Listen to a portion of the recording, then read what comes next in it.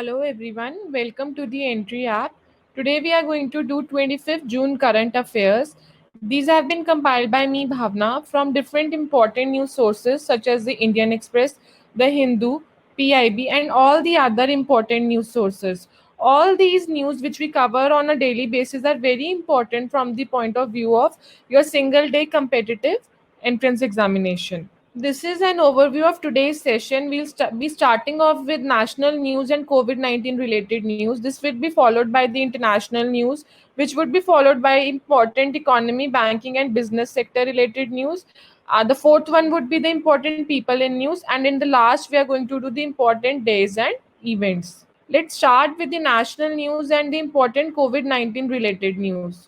The first news in this section is that the Union HRD Minister, Mr. Ramesh Pokhriyal Nishank, has launched an initiative, Yukti 2.0. So, this is a logical extension of Yukti 1.0, and Yukti stands for Young India Combating COVID with Knowledge, Technology, and Innovation, a very important acronym from the perspective of paper. So, this Yukti 1.0 was launched on 11th April 2020, and Yukti 2.0 is a logical sequence to it. So, what is the purpose of this platform? This platform will help to systematically assimilate technologies having commercial potential, and it would provide information related to incubated startups in our higher education institutions. Through this portal, HRD Ministry would ensure that students, teachers, and researchers in higher educational institutions are getting appropriate support to meet the requirements needed to advance their technology and innovations. Also, this portal would help the government to identify the bottlenecks.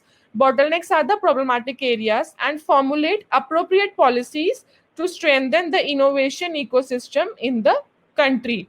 So the important question from this news could be, as you must be knowing that from the previous few sessions, I've been telling you all the important questions that could be probably asked from from a particular news. So in that context only, let's look at the important questions that could be asked from this news. First could be, which of the following ministries has launched the Yukti scheme? What is the Yukti portal? Expand Yukti, or what does Y stand for, or what does U stands for, K stand for, or any they can ask you the acronym of Yukti. Who is the Union HRD minister? Okay. And also the question could be, Yukti platform is related to which of the following sectors? Education, MSMEs, technology, or probably something like the science. The second news is 50,000 made in India ventilators will be manufactured with the help of PM CARES Fund. The PM CARES Fund Trust has allocated rupees 2,000 crores for the supply of 50,000 made in India ventilators to the government run COVID hospitals in all states and union territories. Now, what is PM CARES? PM CARES stands for Prime Minister's Citizen Assistance and Relief in Emergency Situations Fund. So, this fund was created on 28 March 2020. This fund has been specifically created for combating and containment and relief efforts against a pandemic like coronavirus, and the chairman of this fund is the Prime Minister, and the trustees of this fund includes the Union Defense Minister, Union Home Minister, and Minister of Finance in the Government of India. Who the Union Defense Minister is Mr. Rajnath Singh, the Union Home Minister is Mr. Amit Shah, and the Union Finance Minister is Mrs. Nirmala Sitharaman. And this fund has also allocated a sum of rupees 100 crores for the welfare of migrant laborers.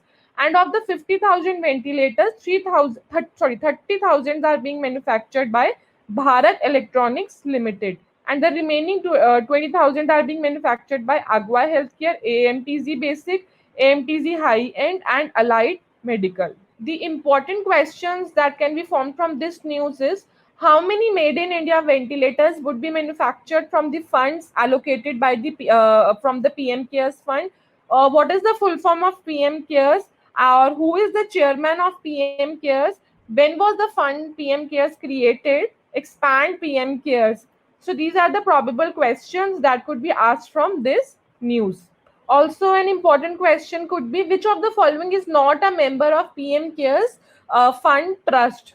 The next news is, India has downgraded its diplomatic ties with Pakistan. So India has decided to reduce its staff in the country by half. So normally The usual strength of High Commission in Delhi is 110, but now it would come down to 55.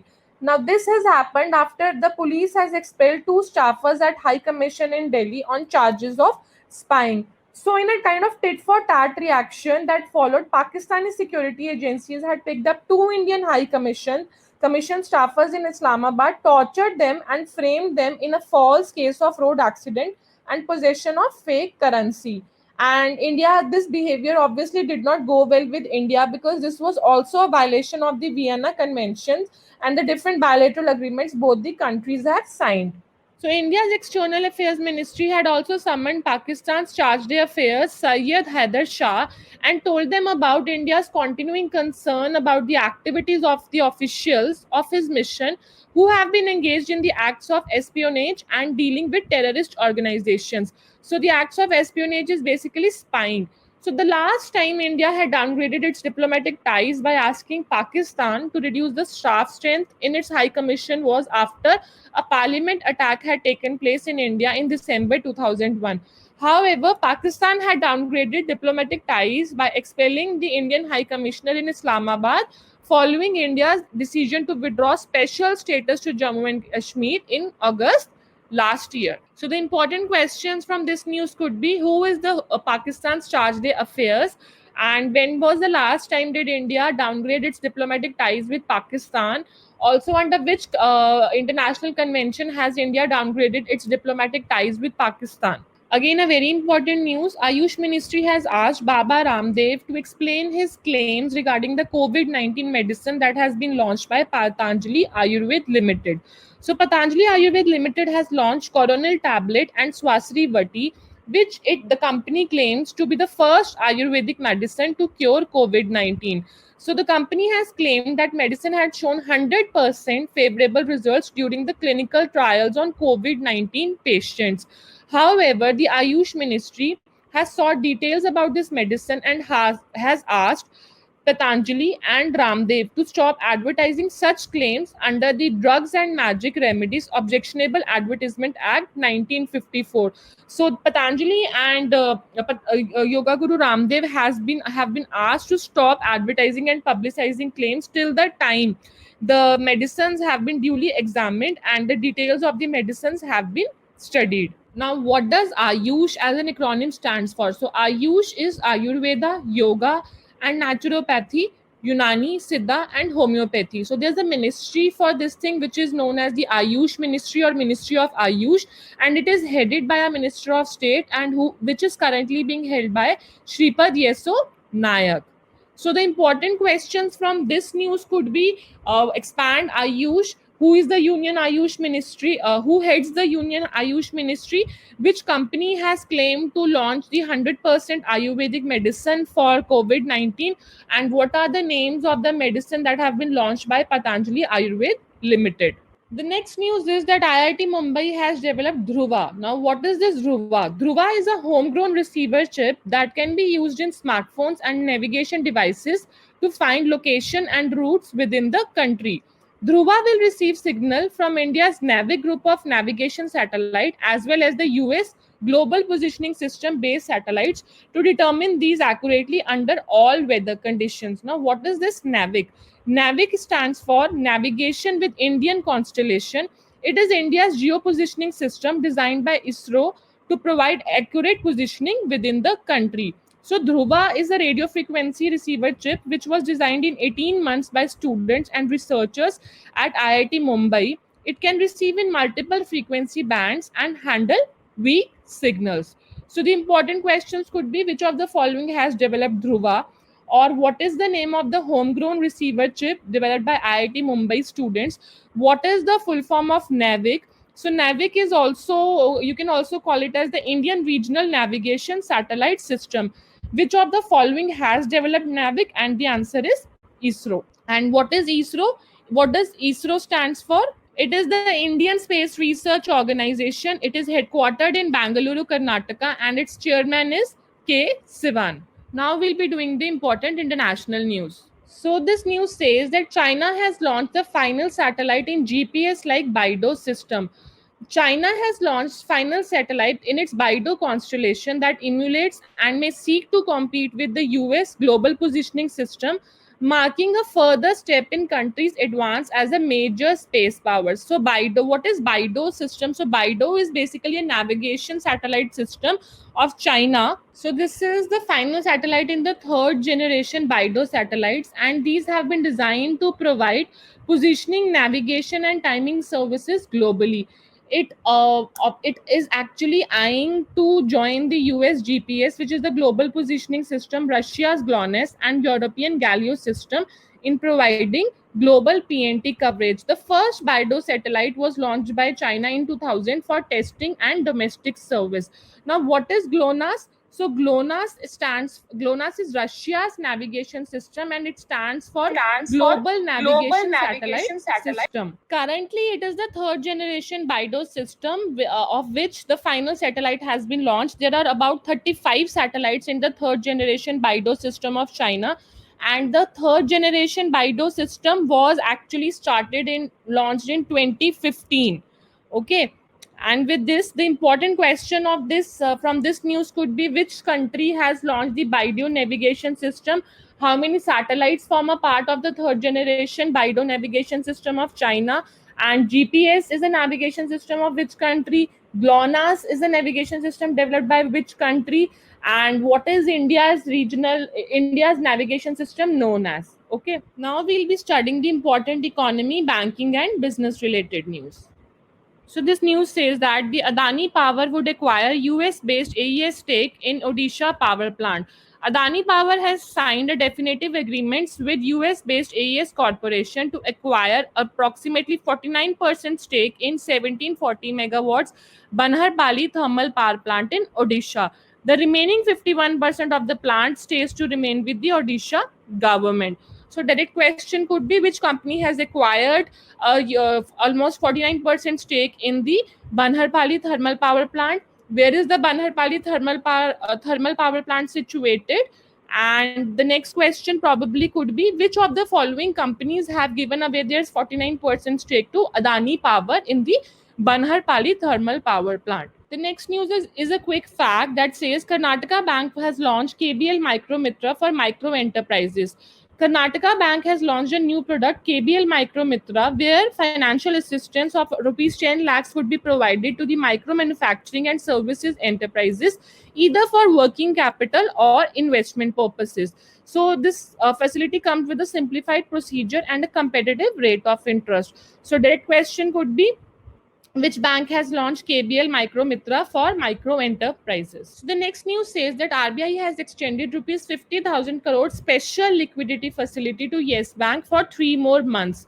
On 5th March 2020, RBI had taken over the operations of Yes Bank due to the rising bad debts and NPAs, and it had decided to impose a 30-day moratorium on its operations. Later on approximately 13th March, the government of India had come out with this Yes Bank Limited Reconstruction Scheme 2020, and according to this scheme, the authorized capital of the bank was increased from rupees 1100 crores to rupees 6200 crores. So the bank had received a capital amounting to rupees 10,000 crore as on March 14, 2020 from a consortium of banks and financial institutions which were led by the State Bank of India.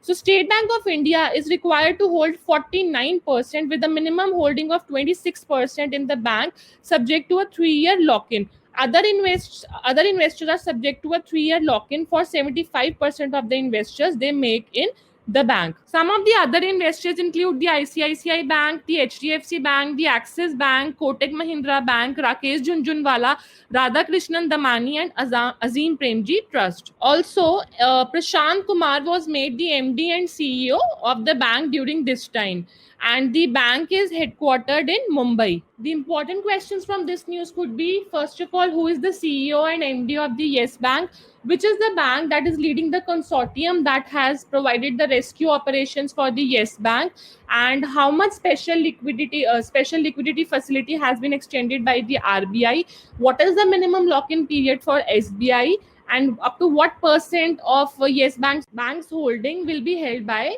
the SBI. Now we'll be doing the important people in news. So Anushka Sharma has been roped in by the Ministry of Ayush to promote yoga. So Anushka Sharma is the Bollywood actress and producer, and she was roped in by the Ministry of Ayush ahead of the International Yoga Day, which was observed on 21st June. So International Day of Yoga has been observed since June 21, 2015, and the theme of 2020 was Yoga for Health, Yoga at Home, because and the theme was chosen as such because of the COVID-19 situations and the all lockdown happening across the world. The important questions from this news could be: when was the International Day of Yoga observed? What was the theme of 2020 Yoga Day? And when was the first International Day of Yoga observed? And which Bollywood actress was roped in by Ministry of Ayush to promote yoga? With this, we have come to the last section of the news, and we'll be covering the important days and events. So the first important event is Prakash Javadekar, who is the Union Information and Broadcasting Minister of India, has virtually inaugurated the Indian Pavilion at the Cannes Film Market.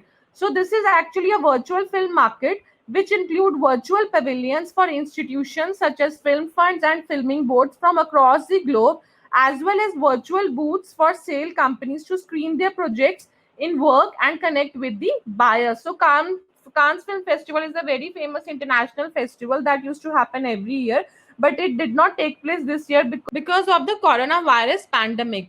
So from India, Anand Mahadevan's Marathi film Meghat Crime Number 103 2005, which stars actor Usha Jadhav, and a national award-winning film Gujarati film Hilaro, will be screened at the film market. So this pavilion has been set up jointly by the Ministry of Information and Broadcasting and FICCI. FICCI stands for Federation of Indian Chambers of Commerce and Industry. So it is a non-government, not-for-profit organization which is headquartered in New Delhi, and the president is Sangeeta Reddy. So the important question from this news could be: who inaugurated the virtual Indian pavilion at the Cannes Film Market? Which Indian movie is being presented and screened at the virtual film market of Cannes?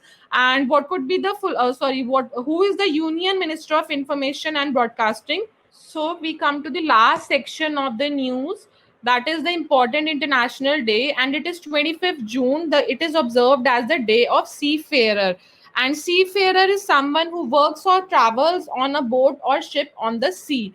So 2020 campaign focuses on seafarers are key workers. So this day was first celebrated in 2011 following a convention which was signed in Manila, Philippines. So this was the International Convention on Standards of Training, Certification and Watchkeeping for Seafarers. So International Maritime Organization, which is a specialized agency of United Nations, is responsible for shipping, and this day is actually celebrated by this organization. So seafarers have been on front line of the COVID-19 pandemic and playing an essential role in maintaining the flow of vital goods such as food, medicines, and medical supplies. The headquarters of IMO are situated in London, United Kingdom, and the Secretary General is Kai-Tak Lim. And with this, the important questions from this news could be: when is the International Day of Seafarers observed? Which organization observes or celebrates this International Day? What was the theme of 2020? And when was the first day of seafarer celebrated or observed? And with this, we have come to the end of today's session. Guys, I hope you're able to understand the current affairs. Please give a thumbs up or like if you understand them and you're enjoying learning current affairs. And do not forget to mention your valuable feedback in the comment section. Thank you for listening and take care.